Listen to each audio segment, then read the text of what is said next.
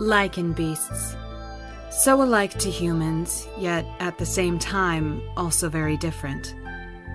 Lycanbeasts are a humanoid species that appear mostly human in physical aspects, but also bear traits of animals.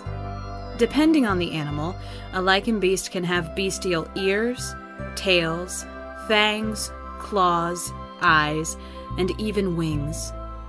They've been around for almost 500 years, and to this day fight against the prejudice and hate from their human brethren. Today we shall learn about the history, anatomy, feeding habits, group mentality, mating habits, their connection to the phases of the moon, and legal system of the strange and wondrous species known as the Lycanbeast.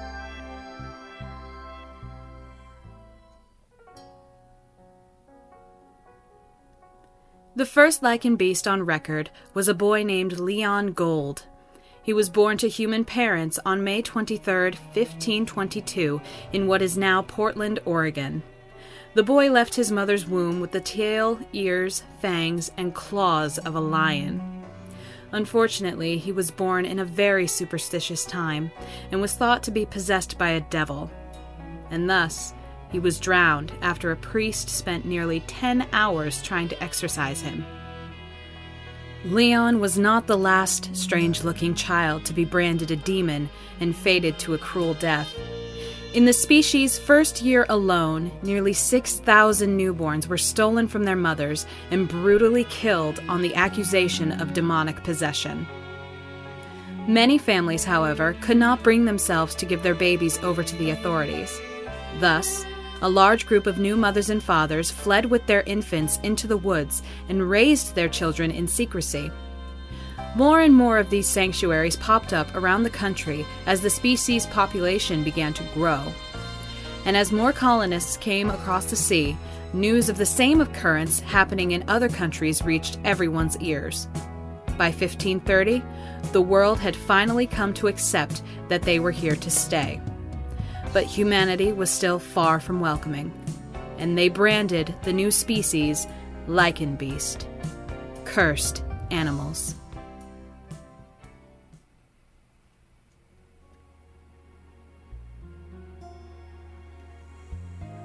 With the hesitant acceptance of the Lycanbeast into society, many scientists and zoologists were fascinated by their anatomy. It was the French scientist Dr. Alfred Dupont who, in the year 1533, discovered that Lycanbeasts have a denser bone structure than humans. With the exception of bird and bat Lycanbeasts, whose bones were completely hollow to allow easier flight, most of the creatures could withstand a great amount of pain and force. And, depending on their bestial half, they had other attributes as well. Dupont found that a bull Lycanbeast can haul a great weight with their bare hands, while a cheetah Lycanbeast outran even the town's fastest horses. It was also discovered that a Lycanbeast's bestial half was not geologically affected. Dupont's studies explained how you'd find a polar bear in Africa just as easily as you'd find a toucan in Greenland. He also discovered a small pheromone sac located on the Lycanbeast's left shoulder. Upon further examination between the cadavers he had on hand, he found small pores in the older subject's sacs that seemed to be missing in the younger ones. Intrigued, Dupont sought out living Lycanbeasts to question them about the oddity he had come across. It was through his studies that the discovery of mating glands came to be. Dupont wrote about how the pores would open in a mating gland once the Lycanbeast reached sexual maturity and secrete a pheromone to attract the perfect mate. He came to the conclusion that, despite what most people chose to believe, aside from their bestial traits and way of attracting mates, they were just as much human as he was. It was for this reason that he gave them the scientific name Bestia sapien, wise beast.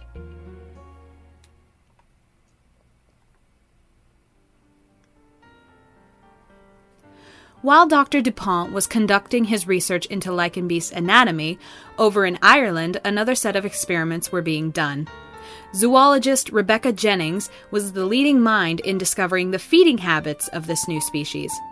Most of the tests were simple surveys, asking different breeds of Lycanbeasts what their favorite foods were and how they liked them prepared. She had meals with them and observed their eating habits, but was a little disappointed to discover that Lycanbeasts ate like humans did. Their stomachs, like humans, could not process uncooked meat, and some of them even had allergies. She also discovered that while some of them remained purely carnivorous or herbivorous, depending on their breed, most of them took the omnivorous approach. Jennings' research went on to explain how a lion Lycanbeast could enjoy a salad just as easily as a cow Lycanbeast could enjoy a hamburger. When questioned about this, the Lycanbeasts explained that while they are half animal, they share no emotional connection to the species they share that half with. In truth, they all claim to have a closer connection to humans.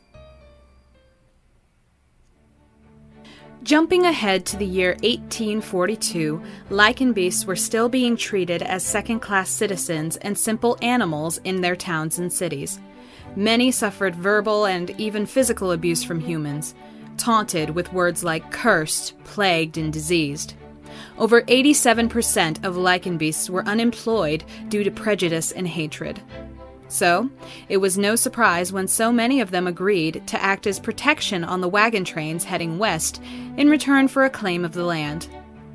They traveled alongside the wagons, their heightened senses of smell and hearing giving them an edge over any possible dangers the trains would come across. The diary of Gertrude Quinn, a human woman traveling on one of these trains, was discovered in the late 1990s. The pages went into great detail about the Lycanbeasts traveling with her train and how they acted with one another. In one of her entries, Quinn spoke of how the different breeds seemed to keep to their own kind. The herbivores formed small herds within themselves, and the carnivores began to pack off as the journey grew longer. She also noted the severe differences between them in regards to their social hierarchy. While the herbivores seemed to act as one single unit, the carnivores followed the lead of a single Lycanbeast, usually the biggest and strongest male or female. She also noted about how the hierarchy of the predators was constantly changing through fights and challenges. It seemed they had a different leader every week. To this day, Lycanbeasts still carry the same herd and pack mentalities and will usually stay near their own kind when choosing a place to live.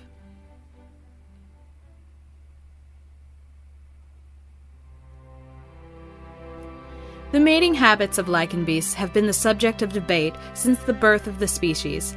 Many believe that Lycanbeast males mated with several different females, while others believe that a single pair mated for life. Despite DuPont's discovery of the mating glands, the full understanding of the mating rituals were not discovered until the late 1950s. Abigail Darkwing, a bat Lycanbeast who had already found her life mate, guest starred on a very popular talk show at the time and went into great detail on fated mates.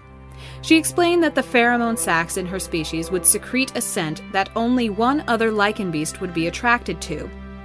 Other Lycanbeasts could not smell it, she told talk show host Lawrence Frost, and once a fated pair had found one another, the scent became an addiction.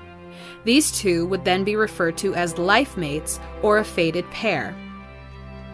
Lycanbeasts who found their fated mates would quickly marry and begin their families, adding to the already flourishing population. According to Darkwing, fate seemed to keep the pairing to the same breeds, though it was not uncommon for Lycanbeasts of two different animal species to be fated to one another. In such cases, the offspring of the union would always bear the bestial half of the mother. Birth records also told of a fated pair rearing human offspring, though the chances of it happening are less than 2% according to geneticists. The Lycanbeast gene, while still present in the human child's DNA chain, will have little to no effect on their appearance. It may, however, give the child animalistic qualities.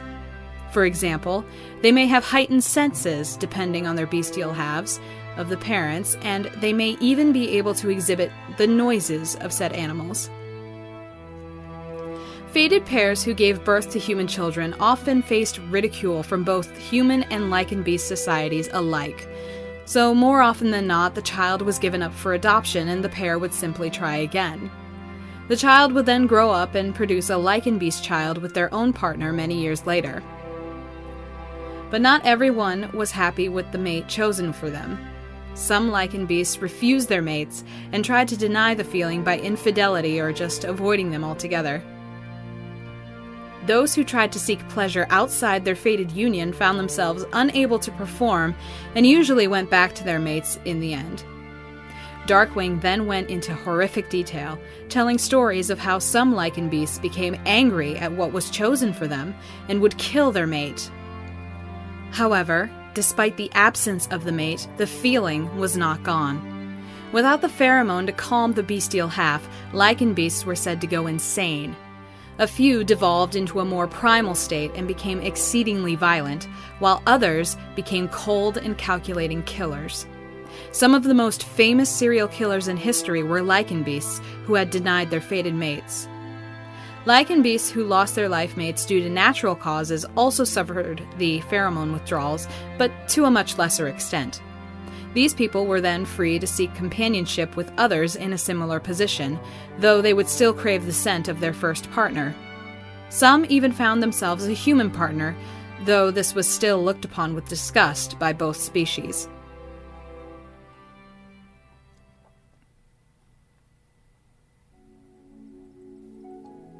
Lycanbeasts have had a connection to the moon since the dawn of their species.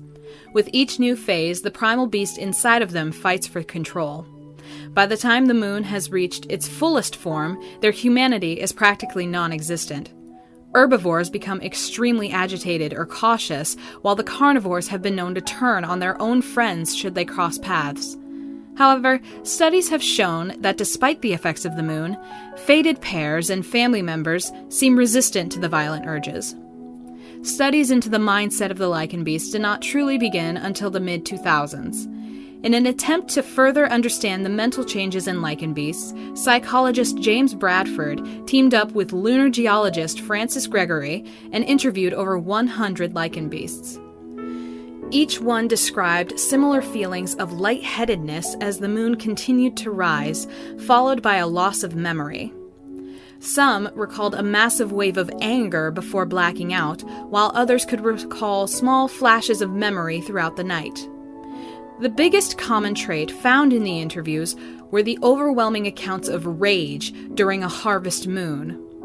Gregory believed that the sunlight reflecting off the moon caused a sort of confusion in the Lycanbeast brain, while Bradford believed the infrared radiation emitted by the sun, combined with the diffused illumination caused by Earthlight, scrambled their brainwaves. Unable to agree on the cause of the change in the mental state of Lycanbeasts, Gregory and Bradford instead turned their attention to finding a way to suppress or completely rid the violent urges brought on by the moon phases. To accomplish this, the pair teamed up with robotics engineer Kumar Singh. After 5 years full of trial and error, the trio invented what came to be called an inhibitor chip. These chips were surgically attached to the base of the brainstem in hopes of helping Lycanbeast men and women control the bestial urges brought on by the moon.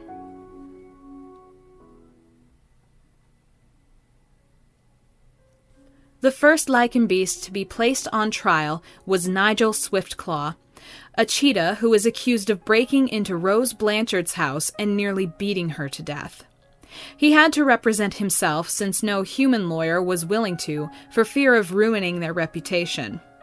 Despite providing a solid alibi, Swiftclaw was ridiculed and demeaned the entire time he was on the stand, and eventually declared guilty by the human jury and sentenced to life in prison by human judge Jacob Percy.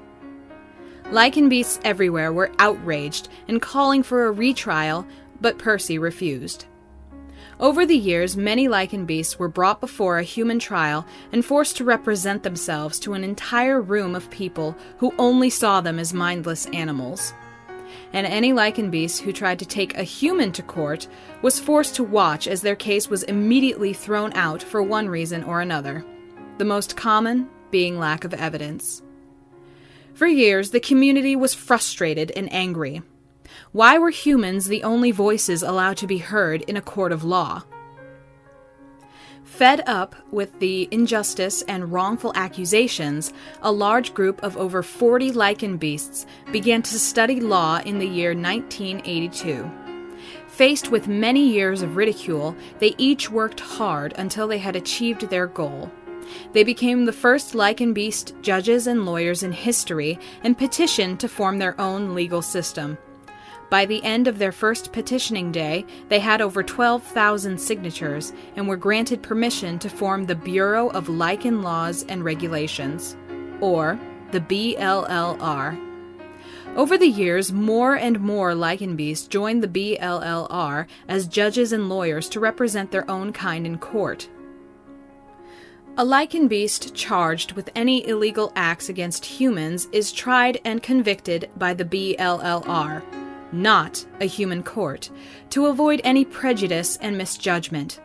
Unfortunately, this raises the same concern that they had in human court in regards to judging humans brought before them on charges of illegal actions against a Lycanbeast. Many trials were declared unjust or biased. Both courts refused to merge in order to create a fair and equal environment. Recently, however, some more open-minded humans and Lycanbeasts have begun to accept the idea of having both their kinds in the same courtroom. Though the idea is still being fought against by influential members of both parties, it would seem that a possible convergence is not too far off in the future.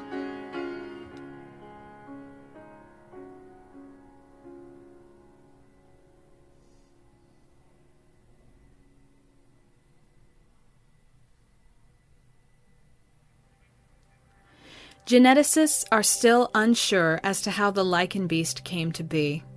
Many speculate that this is simply the next phase of human evolution, and that one day the entire planet will be taken over by Lycanbeasts. They face prejudice and hatred every day, and many are treated like mere animals. They fight for equal pay and the chance to gain political standings. Carnivore Lycanbeasts are scouted out of high school for military and law enforcement jobs, while the herbivores are left to fend for themselves. Those with what is considered a beautiful breed of animal are often used as models or actors. Despite the steps taken to try and welcome this new species into our world, Lycanbeasts face multiple struggles every day. They're a strong, beautiful species, however, and continue to thrive despite the odds against him. They are resilient, they are powerful, they are Lycanbeasts.